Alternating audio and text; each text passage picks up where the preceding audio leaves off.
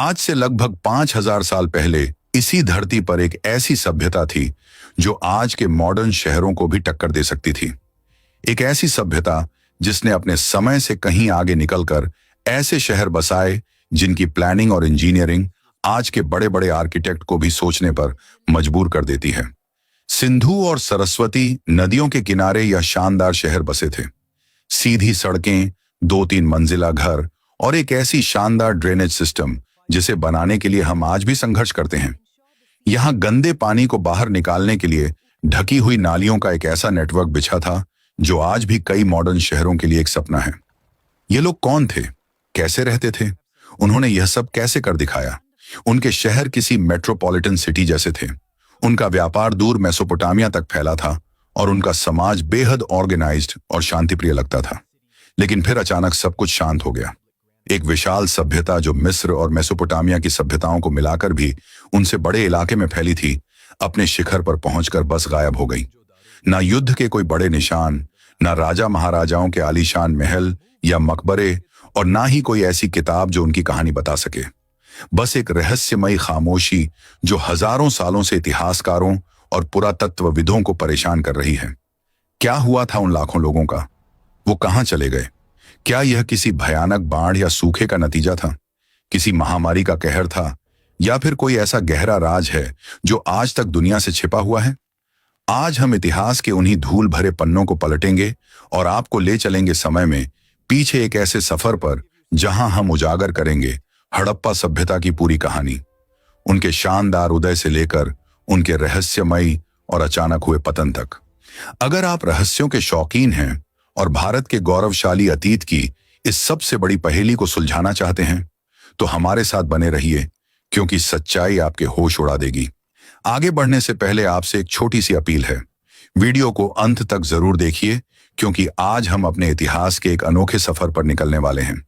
ऐसी वीडियो के लिए हमें घंटों रिसर्च करनी पड़ती है।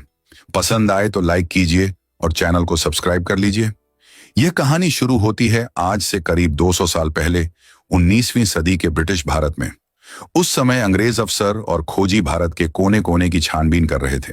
साल 1826 के आसपास एक ब्रिटिश खोजी चार्ल्स मेसन पंजाब के साहिवाल जिले के पास से गुजर रहे थे। उनकी नजर एक वीरान जगह पर बने ऊंचे टीले पर पड़ी जिसके चारों ओर अजीब तरह की पकी हुई ईंटें बिखरी थीं। गांव वाले उन ईंटों को भगवान का दिया तोहफा मानकर अपने घर बनाने के लिए इस्तेमाल कर रहे थे। मैसन ने अपनी किताब में इसका जिक्र तो किया, लेकिन उनकी बातों पर किसी ने ज्यादा ध्यान नहीं दिया। कई दशक बीत गए। साल 1856 में ब्रिटिश इंजीनियर जॉन और विलियम बर्टन कराची से लाहौर तक रेलवे लाइन बिछा रहे थे। ट्रैक के लिए उन्हें पत्थरों की जरूरत पड़ी। तभी किसी ने उन्हें पास के गांव हड़प्पा के खंडहरों के बारे में बताया, जहां हजारों की संख्या में बेहतरीन पकी हुई ईंटें मौजूद थीं। बर्टन बंधुओं के लिए तो यह जैसे खजाना था। उन्होंने बिना सोचे समझे उन प्राचीन ईंटों को उखाड़कर रेलवे ट्रैक के नीचे बिछाना शुरू कर दिया। वो इस बात से पूरी तरह अनजान थे कि वे दुनिया की सबसे पुरानी और सबसे एडवांस्ड सभ्यताओं में से एक के सबूतों को हमेशा के लिए मिटा रहे थे। इस घटना के बाद भारतीय पुरातत्व सर्वेक्षण के पहले डायरेक्टर जनरल अलेक्जेंडर कनिंघम ने 1850 और 1870 के दशक में कई बार इस जगह का दौरा किया। उन्हें वहां से कुछ अनोखी मोहरें मिली जिन पर एक अनजान लिपि में कुछ लिखा था और एक बैल की तस्वीर बनी थी। कनिंघम इन चीजों की अहमियत तो समझ गए थे, लेकिन वह भी इसकी विशालता और प्राचीनता का सही अंदाजा नहीं लगा पाए। असली तूफान तो 20वीं सदी में आया। साल 1921 में भारतीय पुरातत्ववेत्ता दयाराम साहनी ने भारतीय पुरातत्व सर्वेक्षण के director general sir John Marshall के नेतृत्व में हड़प्पा में एक व्यवस्थित खुदाई शुरू की। जैसे जैसे जमीन की परतें हटी, एक पूरे के पूरे शहर का नक्शा उभरने लगा। सुनियोजित सड़कें, घरों की लाइनें, नालियां। यह कोई मामूली गांव नहीं था, लेकिन कहानी यहीं खत्म नहीं हुई। अगले ही साल 1922 में हड़प्पा से लगभग 590 किलोमीटर दूर सिंध प्रांत के लड़काना जिले में एक और पुरातत्ववेत्ता राखाल दास बनर्जी एक बौद्ध स्तूप की खोज कर रहे थे। खुदाई के दौरान उन्हें स्तूप के नीचे वैसी ही मोहरें और ईंटें मिली जैसी हड़प्पा में मिली थी। उन्होंने तुरंत इसकी सूचना जॉन मार्शल को दी। जब मार्शल ने दोनों जगहों से मिली चीजों का मिलान किया तो उनके होश उड़ गए। उन्होंने ऐलान किया, यह कोई अलग थलग शहर नहीं है, यह एक ही महान और प्राचीन सभ्यता का हिस्सा है। उस दूसरे शहर का नाम था मोहनजोदड़ो, जिसका सिंधी भाषा में मतलब है मुर्दों का टीला। यह नाम इसलिए पड़ा क्योंकि वहां एक टीले पर बड़ी संख्या में इंसानी कंकाल मिले थे। इस खोज ने भारतीय इतिहास को हजारों साल पीछे धकेल दिया। दुनिया को पता चला कि जिस समय मिस्र और मेसोपोटामिया में महान सभ्यताएं पनप रही थीं, ठीक उसी समय भारत में भी एक कांस्य युगीन शहरी सभ्यता अपने शिखर पर थी।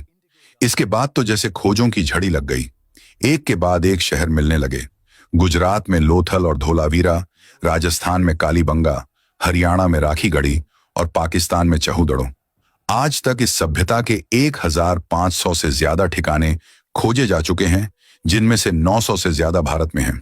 लेकिन सवाल यह था, ये लोग कौन थे? ये सभ्यता आई कहां से? क्या यह अचानक ही पैदा हो गई थी? इस सवाल का जवाब हमें और भी पीछे ले जाता है, एक ऐसी जगह पर जहां इस महान सभ्यता के बीज बोए गए थे। हड़प्पा सभ्यता किसी शून्य से पैदा नहीं हुई थी। इसकी जड़ें हजारों साल पुरानी हैं, जो हमें नवपाषाण काल तक ले जाती हैं। कहानी शुरू होती है आज के पाकिस्तान के बलूचिस्तान में बसे मेहरगढ़ नाम की एक जगह से। यह बोलन नदी के पास एक उपजाऊ मैदान में बसा एक प्राचीन स्थल है, जिसे हड़प्पा सभ्यता का अग्रदूत या बीज माना जाता है। आज से लगभग 9000 साल पहले, यानी 7000 ईसा पूर्व के आसपास, मेहरगढ़ में दक्षिण एशिया के कुछ शुरुआती किसानों और पशुपालकों ने बसना शुरू किया। यह लोग शिकारी जीवन छोड़कर एक स्थायी जीवन की ओर बढ़ रहे थे। उन्होंने दुनिया में पहली बार गेहूं और जौ जैसी फसलें उगाई और भेड़, बकरियां और मवेशी पालना शुरू किया। शुरुआत में वे मिट्टी की कच्ची ईंटों से बने साधारण घरों में रहते थे। हजारों सालों तक मेहरगढ़ धीरे धीरे विकसित होता रहा। उन्होंने मिट्टी के बर्तन बनाना सीखा, औजार बनाने में महारत हासिल की और यहां तक कि कुछ कब्रों में मृतकों के साथ औजार, गहने और बलि दी गई बकरियों को भी दफनाया गया है, जो दिखाता है कि वे शायद मौत के बाद की जिंदगी में यकीन रखते थे। मेहरगढ़ कोई अकेला चमकता सितारा नहीं था। धीरे धीरे इन संस्कृतियों का ज्ञान और तकनीक सिंधु और उसकी सहायक नदियों के विशाल और उपजाऊ मैदानों की ओर फैलने लगी। लगभग 3300 ईसा पूर्व तक हम एक नए दौर में आते हैं, जिसे प्रारंभिक हड़प्पा चरण यानी अर्ली हड़प्पा फेज कहा जाता है। इस दौरान छोटे छोटे गांव बड़े कस्बों में बदलने लगे। इन लोगों ने वह कई जरूरी चीजें सीखी जो आगे चलकर हड़प्पा सभ्यता की पहचान बनी। उन्होंने पकी हुई ईंटों का इस्तेमाल शुरू किया, जो बाढ़ और मौसम की मार झेलने में ज्यादा मजबूत थी। उनके मिट्टी के बर्तनों पर खूबसूरत डिजाइन बनने लगे और उन्होंने तांबे और कांसे जैसी धातुओं का इस्तेमाल शुरू कर दिया था। एक तरह का ट्रेड नेटवर्क भी बनने लगा था, जिससे कीमती पत्थर जैसे लाजबर्द यानी लैपिस लाजुली अफगानिस्तान से और दूसरा कच्चा माल दूर दराज के इलाकों से यहां पहुंचने लगा। इस दौर की एक और खासियत थी सुरक्षा पर बढ़ता जोर। कई बस्तियों के चारों ओर दीवारें बनाई जाने लगी, जो शायद बाहरी हमलों या जानवरों से बचाव के लिए थी। यह शुरुआती दौर लगभग 700 सालों तक चला। यह एक तरह से तैयारी का समय था। लोगों ने नई तकनीकें सीखी, समाज बनाया और व्यापार करना सीखा। उन्होंने वो नींव तैयार की जिस पर एक शानदार शहरी सभ्यता की इमारत खड़ी होने वाली थी। लेकिन फिर कुछ ऐसा हुआ जिसने इस विकास की रफ्तार को अचानक तेज कर दिया। एक ऐसी क्रांति हुई जिसने इन छोटे छोटे कस्बों को दुनिया के सबसे सुनियोजित महानगरों में बदल दिया। आखिर वो क्या था? यह हमें हड़प्पा सभ्यता के सबसे शानदार दौर में ले जाता है, जिसे हम परिपक्व हड़प्पा चरण कहते हैं। लगभग 2600 ईसा पूर्व सिंधु घाटी में एक असाधारण शहरीकरण का विस्फोट हुआ। यही वह समय है जब यह सभ्यता अपने शिखर पर पहुंची और एक विशाल इलाके में फैल गई। इसका विस्तार लगभग 13 लाख वर्ग किलोमीटर में था। उत्तर में जम्मू कश्मीर से लेकर दक्षिण में महाराष्ट्र तक और पूर्व में उत्तर प्रदेश से लेकर पश्चिम में ईरान सीमा तक। यह उस समय की मिस्र और मेसोपोटामिया की सभ्यताओं के कुल क्षेत्रफल से भी कहीं ज्यादा बड़ा था। इस विशाल साम्राज्य में हजारों बस्तियां थीं, जिनमें गांव, कस्बे और विशाल महानगर शामिल थे। लेकिन इन महानगरों के अंदर की जिंदगी कैसी थी? कैसे उन्होंने बिना किसी आधुनिक तकनीक के इतने सटीक शहर बना लिए? और क्या वाकई उनके पास कोई ऐसी शक्ति थी जो आज के वैज्ञानिकों के लिए भी एक पहेली है? हड़प्पा सभ्यता का वैभव सिर्फ उसकी ईंटों में नहीं, बल्कि उन लोगों की सोच में था जो आज से 4500 साल पहले मोहनजोदड़ो की गलियों में चलते थे। पिछले भाग में हमने उनके उदय को देखा, लेकिन अब हम उनके उस दौर की बात करेंगे जब यह सभ्यता अपने स्वर्ण युग में थी। कल्पना कीजिए कि आप मोहनजोदड़ो के लोअर टाउन की एक सीधी सड़क पर खड़े हैं। आपके दोनों ओर पकी हुई ईंटों से बने 2-3 मंजिला घर हैं। यहाँ की हर ईंट एक तय अनुपात में है, चाहे आप शहर के इस कोने में हों या हजारों मील दूर किसी और शहर में। जैसे ही आप एक घर के अंदर झांकते हैं, आप देखते हैं कि घर एक बीच के आंगन के चारों ओर बना है। हर घर की अपनी रसोई है, अपना बाथरूम है, और सबसे हैरान करने वाली बात, हर घर का अपना निजी कुआं और एक एडवांस टॉयलेट सिस्टम है। यह आज से 4500 साल पहले की बात है, जब दुनिया के बाकी हिस्सों में लोग शायद स्वच्छता का मतलब भी नहीं जानते थे। यहाँ की नालियां ढकी हुई हैं और हर थोड़ी दूरी पर मैनहोल बने हैं ताकि सफाई की जा सके। यह इंजीनियरिंग का वह चमत्कार है जिसे आज के मॉडर्न शहर भी अपनाने के लिए संघर्ष करते हैं। लेकिन इन लोगों की अमीरी का राज क्या था? उनका असली खजाना छिपा था उनके व्यापार और उनकी कलाकारी में। हड़प्पा के लोग दुनिया के पहले ऐसे लोग थे जिन्होंने कपास उगाया और उसे कपड़ा बनाना सीखा। वे सिर्फ किसान नहीं थे, वे कमाल के जौहरी और इंजीनियर भी थे। गुजरात के लोथल में हमें दुनिया का सबसे पुराना डॉकयार्ड यानी बंदरगाह मिला है। यहां से इनके जहाज साबरमती नदी के रास्ते अरब सागर में उतरते थे और महीनों का सफर तय करके मेसोपोटामिया तक जाते थे। मेसोपोटामिया की पुरानी किताबों में मेलुहा नाम की एक जगह का जिक्र मिलता है, जो दरअसल हमारी इसी सिंधु घाटी सभ्यता का नाम था। वहां के राजा यहां से हाथी दांत, सोना, तांबा और कीमती पत्थर जैसे लैपिस लाजुली मंगवाते थे। व्यापार में ईमानदारी बनाए रखने के लिए इन लोगों ने पत्थर के बाट बनाए थे जो 16 के गुणकों में थे।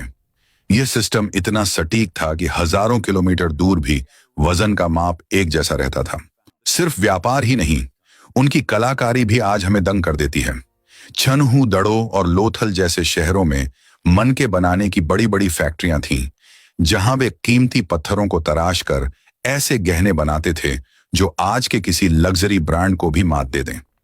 मोहनजोदड़ो से मिली डांसिंग गर्ल की वह कांसे की मूर्ति दिखाती है कि वे धातु को पिघलाकर सांचे में ढालने की कला में कितने माहिर थे। और उनकी सबसे बड़ी पहेली उनकी मोहरें। मिट्टी और पत्थर से बनी इन हजारों मोहरों पर एक सींग वाले बैल, हाथी और बाघ की तस्वीरें हैं, और उनके ऊपर एक ऐसी रहस्यमयी लिपि लिखी है जिसे आज तक दुनिया का कोई भी बड़ा विद्वान पढ़ नहीं पाया है। जिस दिन यह लिपि पढ़ी जाएगी, उस दिन हमें पता चलेगा कि वे लोग आपस में क्या बातें करते थे, उनके राजा कौन थे और वे अपनी दुनिया को कैसे देखते थे। धार्मिक तौर पर भी वे बहुत एडवांस थे। हालांकि हमें कोई बड़ा मंदिर नहीं मिला, लेकिन पशुपति शिव की मोहर और मातृ देवी की मूर्तियां दिखाती हैं कि वे प्रकृति और योग में विश्वास रखते थे। पीपल के पेड़ की पूजा और स्वास्थ्य का चिन्ह हमें उन्हीं की विरासत से मिला है। वे शांति प्रिय लोग थे, क्योंकि खुदाई में युद्ध के हथियार ना के बराबर मिले हैं। लेकिन फिर ऐसा क्या हुआ कि यह हंसती खेलती और अमीर सभ्यता अचानक इतिहास के पन्नों से ओझल हो गई। 1900 ईसा पूर्व के आसपास इन शानदार शहरों में पतन के निशान दिखने लगे। सड़कें टूटने लगीं, नालियां जाम होने लगीं और लोग शहरों को छोड़कर जाने लगे। पहले कहा गया कि आर्यों ने हमला करके इन्हें खत्म कर दिया, लेकिन आधुनिक विज्ञान ने इस थ्योरी को गलत साबित कर दिया है। असली विलेन था जलवायु परिवर्तन। नदियां जो इनकी जीवन रेखा थीं, उन्होंने अपना रास्ता बदल लिया। सरस्वती जैसी महान नदी सूखने लगी और सिंधु नदी में विनाशकारी बाढ़ आने लगी। बारिश कम होने से खेत बंजर हो गए और व्यापार ठप हो गया। यह एक धीमी और दर्दनाक मौत थी। लोग भूख और प्यास से मजबूर होकर पूरब और दक्षिण की ओर चले गए। वे गायब नहीं हुए, बल्कि उन्होंने अपनी शहरी पहचान खो दी और छोटे गांवों में बस गए। हड़प्पा की यह कहानी सिर्फ एक अंत नहीं है, बल्कि एक चेतावनी है। यह हमें याद दिलाती है कि चाहे हम कितने भी आधुनिक क्यों ना हो जाएं, प्रकृति के सामने हम हमेशा नाजुक हैं। उन्होंने क्लाइमेट चेंज का सामना किया और हार गए। आज जब हम फिर से उसी ग्लोबल वार्मिंग और सूखती नदियों के संकट से जूझ रहे हैं, तो हड़प्पा के खंडहर हमें चुपचाप आगाह कर रहे हैं। क्या हम उनकी इस चेतावनी को सुन पाएंगे? दोस्तों, अगर आपको भारत के इस गौरवशाली और रहस्यमयी अतीत का यह सफर पसंद आया हो, तो इस वीडियो को लाइक और शेयर जरूर करें।